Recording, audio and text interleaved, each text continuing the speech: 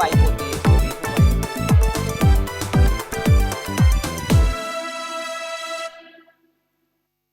नमस्कार, मैं हूं अभय शुक्ला और आप देख रहे हैं खबरों की दुनिया। वक्त हो चला है रिपोर्टर से रिपोर्ट का। फतेहपुर से चौथे चरण के मतदान में बड़ी लापरवाही सामने आई है, जहां वोटर चुनाव आयोग की धज्जियां उड़ाते हुए वीवीपैट का वीडियो बनाकर वायरल करते हुए दिखाई दिए। ये वोटर मतदान देते समय अपना वीडियो बनाकर वायरल कर रहे थे। पुलिस के मुताबिक गोपनीयता को भंग करने के मामले में 3 अलग अलग जगहों में मुकदमे दर्ज किए गए हैं। वीडियो वायरल हुए जिसमें लोग दिखा रहे हैं वो किस पार्टी को वोट दे रहे हैं, इस पर कितनी कार्रवाई हुई है अभी तक? ऐसे 2 व्यक्तियों पे, एक खागा विधानसभा में हिमांशु त्रिपाठी हैं और दूसरे दिलीप यादव हैं। इन दोनों लोगों पे FIR हुआ है। अभी एक केस और रिपोर्ट हुआ है, उसमें सत्यता पाई जाने से उस पर भी होगा। सर, ये कैसे ये लोग वायरल किए थे वीडियो? इन लोगों ने अपने फेसबुक पेज पे वीडियो बना के शेयर किया। अच्छा, तो सर क्या जो सुरक्षा के कर्मी लगे थे वहाँ पे वो मोबाइल नहीं चेक किए थे क्या? इस मामले की अलग से जांच कराई जाएगी। अभी फिलहाल जो मामला संज्ञान में है उस पर FIR।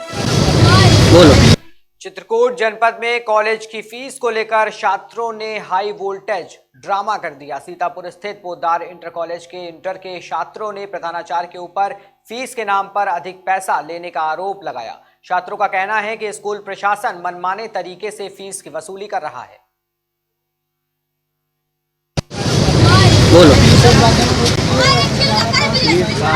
इसलिए आप लोगों ने यहाँ भीड़ लगा रखी है। हम इसलिए यहाँ भीड़ लगाए हैं क्योंकि यहाँ जरूर फीस लेते हैं 500 रुपये। कहीं बोलते हैं कि इसलिए छपाई के लिए, कहीं बोलते हैं पुताई के लिए। और न ग्राउंड में सफाई होती है न कभी। और जैसे दूसरे बच्चे यहाँ खेल कूद में आते हैं तो उनके लिए कोई व्यवस्था नहीं रहती है यहाँ। और ऐसे फर्जी बता दे, कहीं बिजली का बिल है, कहीं ऐसे बता दे कि पिछली बार फीस भी ले लिए थे तो रसीद उसकी भी नहीं दिए थे, 1100 रुपये फीस ले लिए थे। अभी क्या परीक्षाएं चल रही हैं? अभी पेपर नहीं है और बोल रहे हैं कि हम पेपर तुमको नहीं देने देंगे अगर फीस नहीं जमा करोगे तो। और बोल रहे हैं कि नाम भी तुम्हारा काट दिया जाएगा यहाँ पे अगर फीस नहीं जमा करोगे। ये हादसा हुआ सर शाहजहांपुर जिले के पुआया थाना क्षेत्र में भटूरिया गांव के पास एक बड़ा हादसा हो गया। बिहार से अंबाला जा रही डबल डेकर बस अनियंत्रित होकर 20 फीट गहरी खाई में पलट गई। हादसा होते ही गांव वालों ने पुलिस को इसकी सूचना दी और पुलिस आनन फानन में मौके पर पहुंची। पुलिस ने राहत और बचाव का काम शुरू करते हुए लोगों को बमुश्किल बाहर निकाला। बता दें कि बस में 150 यात्री सवार थे, जिसमें से 26 यात्री घायल हो गए हैं और 4 को गंभीर चोटें आई हैं। ये हादसा हुआ सर, उन्होंने सुबह 8 बजे यहाँ लाइन होटल पे रोकी हुई थी। वहाँ से मतलब 8 घंटे वहाँ रुक करके उन्होंने वहाँ से तेजी में बस खोली और ले आकर यहाँ घेर दिया। बस तेजी में थी? हाँ जी, हाँ जी, सिंगल रोड है सर। कितने लोग सवार थे बस में? 170 लोग हैं उसमें सर। कोई कैजुअल्टी हुई?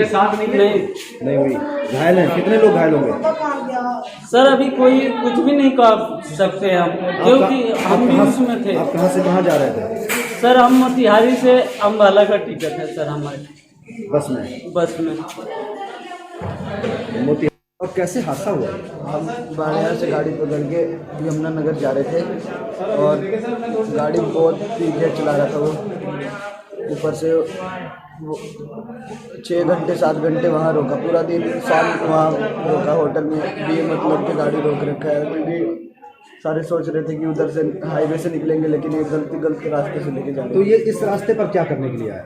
ये इधर से बचने के लिए आया था कि टैक्स नहीं भरना पड़ेगा वगैरह वगैरह। और 2-3 ऊपर जनानियाँ भी बैठा रखी थी।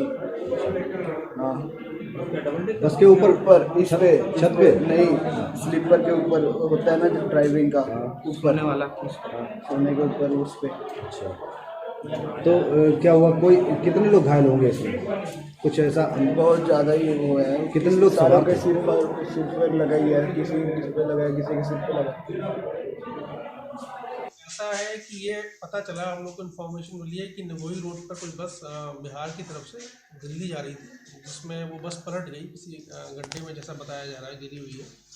उसमें करीब 26 लोग हमारे पास आए हैं जिनको चोटें लगी हुई थी और खतरे से तो बाहर सभी लग रहे हैं। 26 में 4 थोड़े से ज़्यादा जिनकी ज़्यादा चोटें थी, इनमें किसी का फ्रैक्चर वगैरह की संभावना लग रही है, लेकिन वो एक्सरे के बाद ही पता चलेगा। बाकी 22 लोगों के सामान्य चोटें थी, हल्की फुल्की खुरीचे हैं या थोड़े से फटे हुए चोटें हैं। तो सबको फर्स्ट एड दे दिया गया है। फिलहाल 22 लोग तो लगभग ठीक ही हैं जो यहाँ पे हैं, और जो 4 हैं उनको हम लोगों ने शाहजहानपुर रेफर कर दिया। क्या कोई कैजुअल्टी की सूचना तो नहीं आती? नहीं, अभी हमारे पास कोई कैजुअल्टी की सूचना नहीं है, और जो 26 लोग हमारे पास आए हैं उनमें भी कोई ऐसा नहीं है, ऐसा नहीं लग रहा है कि जिसकी कैजुअल्टी हो गई, तो ऐसा जैसा लग रहा है उसके हिसाब से पहली दृष्टि में। कुछ जानकारी इस बारे में? देखिए, एक बस जो है वो वॉल्वो बस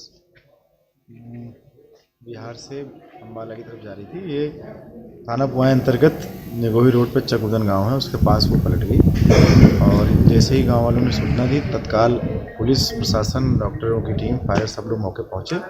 गांव वालों के सहयोग से सब जो भी लोग उसमें घायल हुए थे उनको तत्काल CSC पहुंचाया गया, और जो लोग ठीक हैं उनको एक गांधी पार्क हमारा सरकारी वो है मैरिज हॉल, वहाँ व्यवस्था कराई गई है।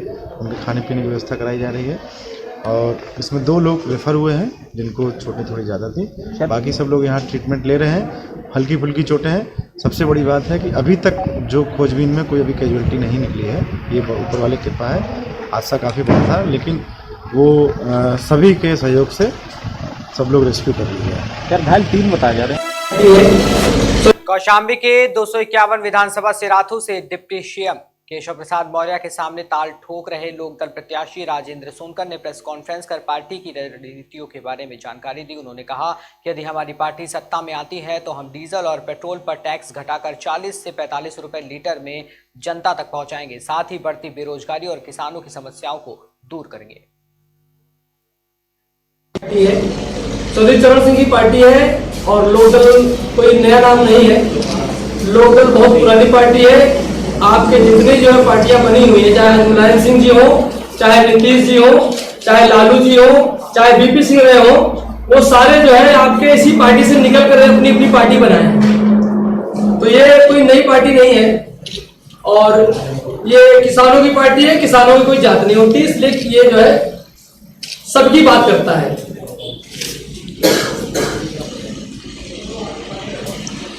ठीक है, अगर हमारी सरकार, लोकदल की सरकार आती है, तो पत्रकार बंधुओं आपके सामने घोषणा करने में मुझे जरा भी संकोच नहीं है। और अगर हमारी सरकार आती है तो हम बेरोजगारों को 10,000 रुपया प्रति महीना, और हर गरीब परिवार से जो बिलोंग करते हैं 7 सिलेंडर हम फ्री देंगे साल में।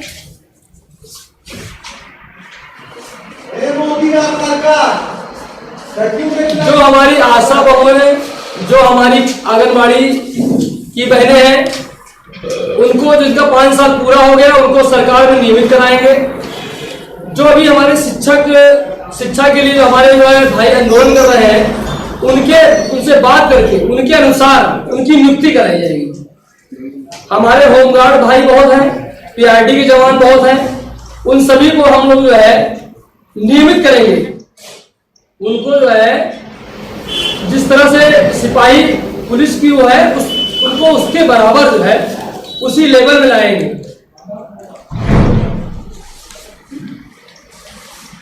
डीजल और पेट्रोल से जो महंगाई का सबसे मुख्य कारण है, डीजल और पेट्रोल पर से वैट हटा करके, टैक्स हटा करके, वो टैक्स का जो पैसा जो है वाहन सरकार ही लेती है, वो पैसा हम छोड़ करके और हर एक व्यक्ति को पेट्रोल और डीजल 30 रुपए से लेकर 45 रुपए लीटर प्रति जो है हम उसको जो है बिकवाने का काम करेंगे। हर किसान को जो 2 एकड़ जमीन जिसके पास है, उसको हम लोग जो है 50,000 रुपए की प्रोत्साहन राशि देंगे, और 5 बोरी DAP 2011 में वात्सल्य ग्रुप। अगली खबर इंदौर के मऊ से है। मऊ के सिमरोल टप्पा क्षेत्र में कॉलोनाइजर द्वारा आम पब्लिक के साथ करोड़ों की धोखाधड़ी का मामला सामने आया है। जहां एक तरफ इंदौर कलेक्टर भूमाफियाओं पर नकेल कस रहे हैं, तो वहीं दूसरी तरफ कुछ ऐसे भी अड़ियल भूमाफिया हैं जो पुलिस की कार्रवाई के बाद भी भोले भाले लोगों को ठगने में कोई कसर नहीं छोड़ रहे। ऐसा ही एक मामला मऊ के SDM के पास आया है। क्या है ये पूरा मामला, आप खुद पीड़ित की जुबानी सुनिए। 2011 में वात्सल्य ग्रुप से डेवलपर से सिमरोल में प्रेस्टीज 1 में प्लाट खरीदा था, जो कि राशि मैं पूरी दे चुका हूँ। वो राशि थी मेरी 4.5 लाख रुपए। 4,46,000 में उनसे हुआ था मेरा सौदा, 4.5 में दे चुका हूँ। उसके बाद सर जब भी उनके पास जाता हूँ मैं उनके ऑफिस में, तो ऑफिस का ताला लगा रहता है, कोई मिलता नहीं है। नाम है कॉलोनाइजर का और किन्होंने आपको लगभग? वात्सल्य ग्रुप का है सर, वात्सल्य बिल्डर एंड डेवलपर्स। आप किससे मिले थे, नाम बताइए। प्रेस्टीज 1 देख करके कोई हैं जो ये देखते हैं इनका पूरा, उनसे भी मिला था मैं। क्या कहना पड़ रहा है उनका पैसे देने का? सर वो तो कोई जवाब देते ही नहीं है, पहली बात वो मिलते ही नहीं सर, वहाँ ताला लगा रहता है ऑफिस में। आपने एसडीएम साहब से क्या शिकायत करी और उन्होंने क्या कहा? एसडीएम साहब ने भी यही बोला कि उनकी शिकायतें वो कॉलोनी की मेरे पास और भी आई हैं, मैं इसमें संलग्न करके मैं जल्दी कार्रवाई करता हूँ। यदि कार्रवाई नहीं होती है तो आप क्या आगे क्या कार्रवाई करेंगे? सर आगे फिर और क्या, फिर और कहीं भी और दूसरों से भी कहेंगे सर, मीडिया में भी बताएंगे सर। आपका पूरा नाम है? मेरा नाम जितेंद्र कुमार पांडे सर। कहाँ रहते हैं? मैं श्रीयंत नगर 56C श्रीयंत नगर खंडवा नाका इंदौर।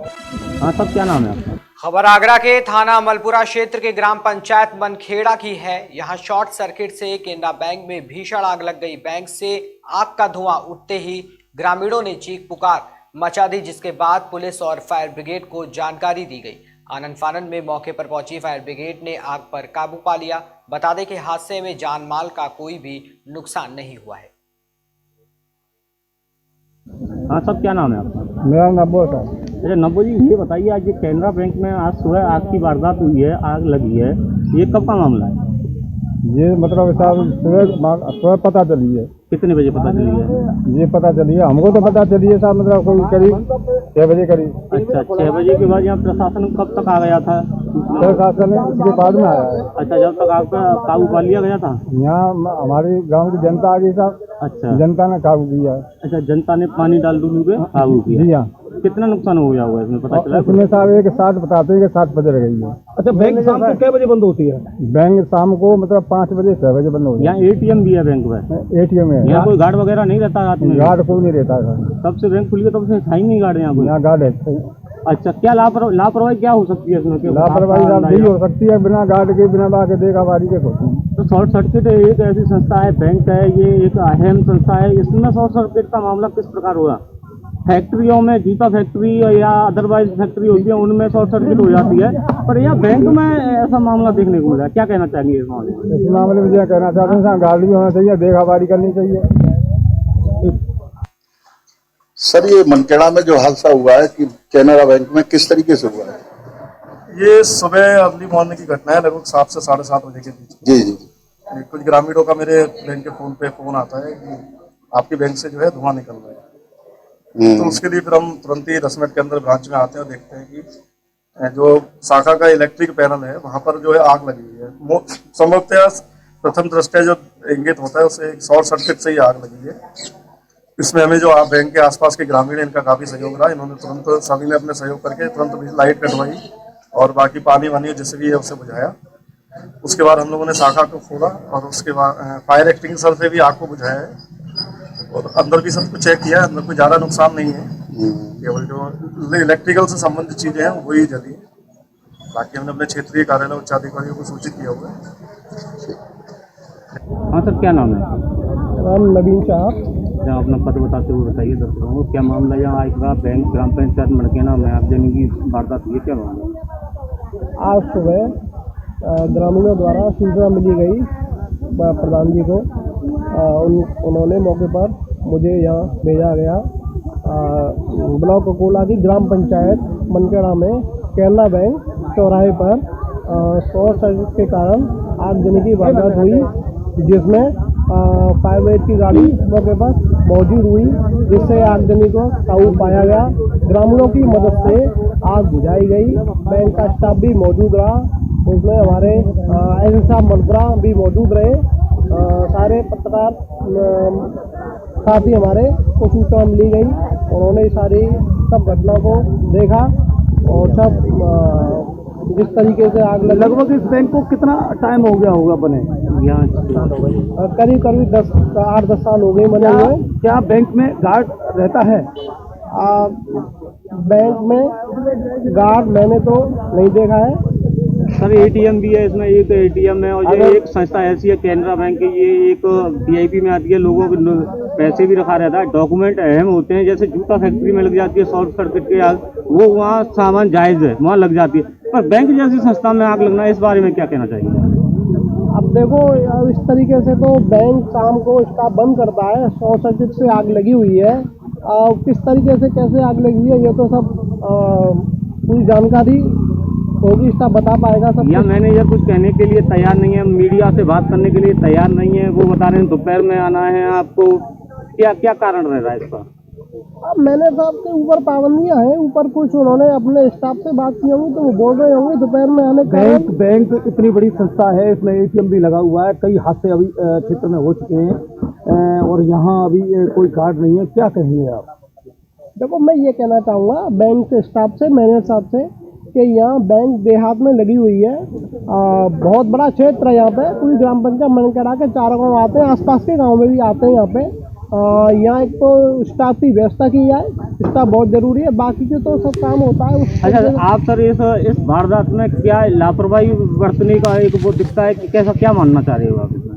अब देखो नाम सोमवीर आप जो थाने अमरोहा के हसनपुर नगर की कोतवाली में राजा नागल गांव के ग्रामीणों ने दबंग युवकों की गिरफ्तारी न होने पर हंगामा काट दिया और दबंगों की गिरफ्तारी की मांग करने लगे। ऐसा इन्होंने क्यों किया, अब ये समझिए। दरअसल कुछ दिनों पहले हसनपुर नगर में स्थित कोचिंग सेंटर पर कुछ दबंगों ने कहासुनी को लेकर एक शख्स से मारपीट की थी, जिसके बाद दबंगों के खिलाफ घायल शख्स के परिजनों ने मुकदमा दर्ज करवा दिया था, लेकिन पुलिस ने इस मामले में सख्ती नहीं बरती और न ही कोई कार्रवाई की। आपको बता दें कि घायल शख्स की हालत गंभीर बनी हुई है। नाम सोमवीर आप जो थाने में क्या मामला है? हमारा भतीजा ट्यूशन पढ़ने के लिए आया था बागपुर कॉलोनी में, एक लड़के हल्की थी ऐसी जान मजाक में बात हो गई थी, ऐसी लड़ाई हुई, उन्होंने 10-12 लड़के बुला के नसीब के लड़के ने उस लड़के को अकेला देख के जान से मारने की पूरी कोशिश करी। ठीक है, आज की डेट में वो मेरठ वेंटिलेटर पर है। अच्छा, पुलिस ने क्या आश्वासन दिया? आप पुलिस ने ये कह रही जिला अस्पताल की आज रिपोर्ट के बाद जो भी करना है ये करेंगे। क्या पुलिस ने इस मामले में कोई कार्रवाई की है? कोई कार्रवाई नहीं करी, पुलिस बिल्कुल ढील ले रही है। पुलिस कहना है कि इस मामले में 2 को चालान करे हुआ है। हम चाह रहे हैं कि ना वो जल्दी पुलिस ने 2 के खिलाफ तो कार्रवाई करी है इस मामले में। वो तो NCR में ऐसी कर दी, उसे जमानत कर ली 151 होना। अब आप क्या चाह रहे हैं? हम चाह रहे हैं 300 तीनों की जेल होनी चाहिए, जितने भी है, जितने लोग लगे हुए हैं।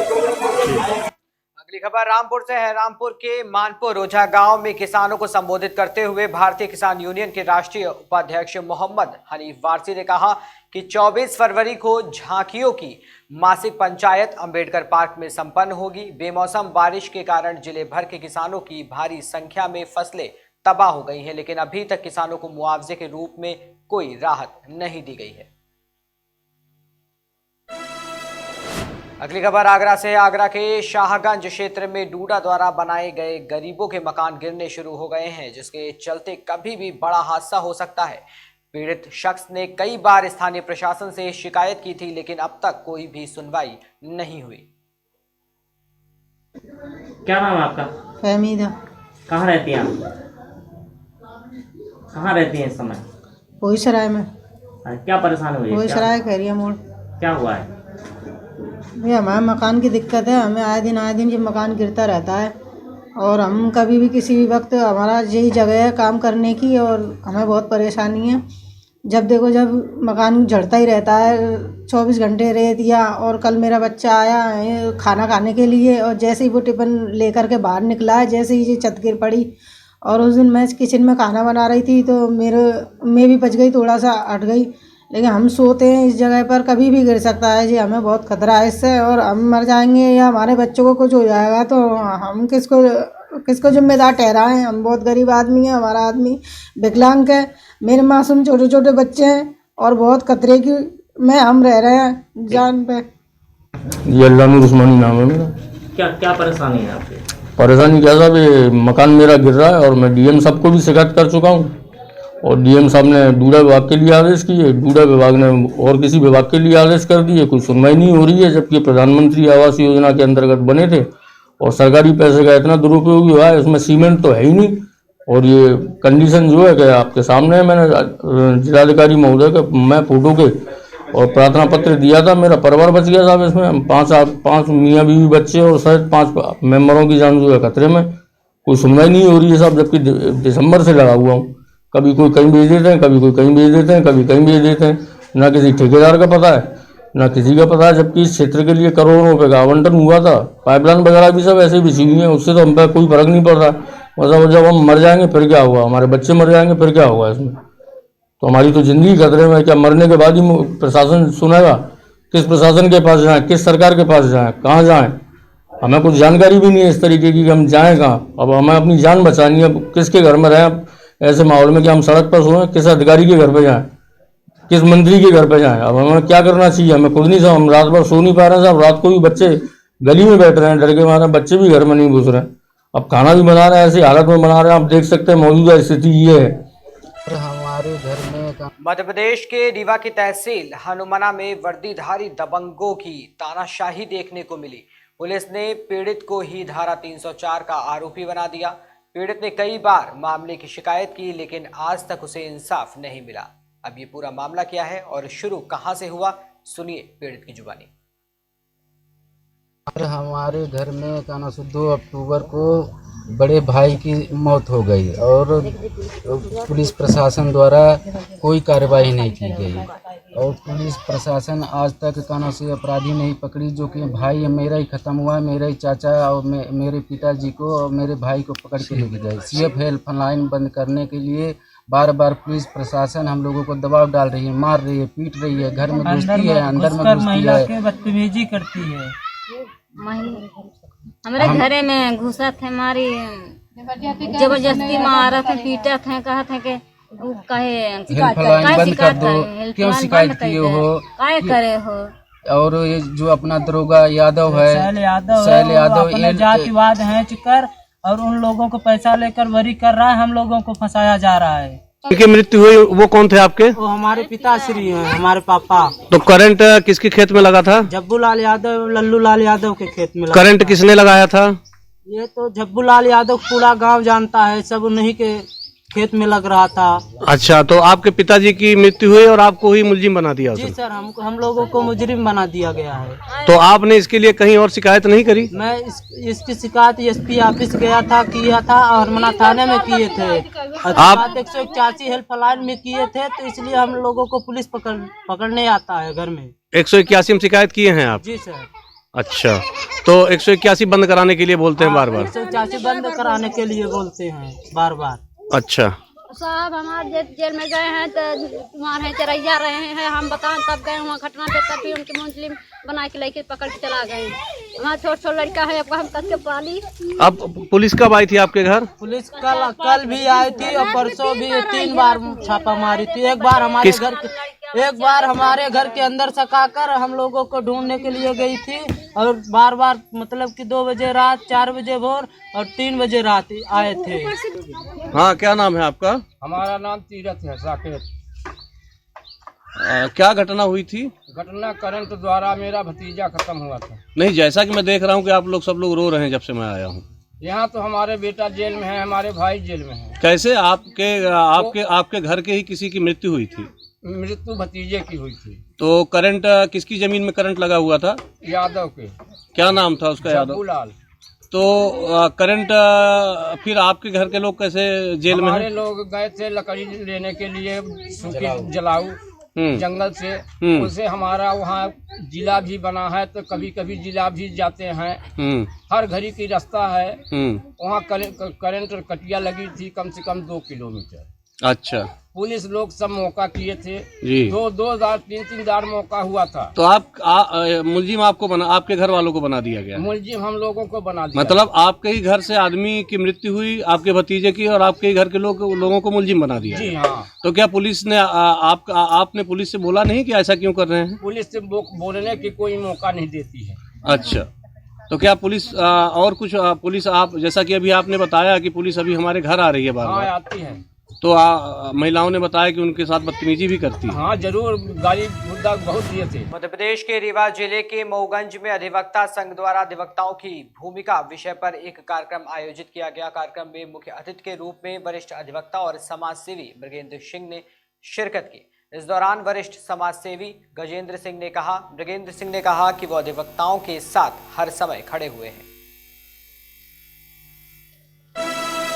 अमेठी जिले की तिलोई विधानसभा में योगी आदित्यनाथ ने जनसभा को संबोधित किया। इस दौरान योगी आदित्यनाथ सपा और बसपा पर जमकर बरसे। योगी आदित्यनाथ ने विपक्षियों पर निशाना साधते हुए कहा कि हमारा बुलडोजर अस्पताल, मेडिकल कॉलेज पर भी बनता है और गुंडे माफिया का घर गिरवाकर सरकार का खजाना भी भरता है।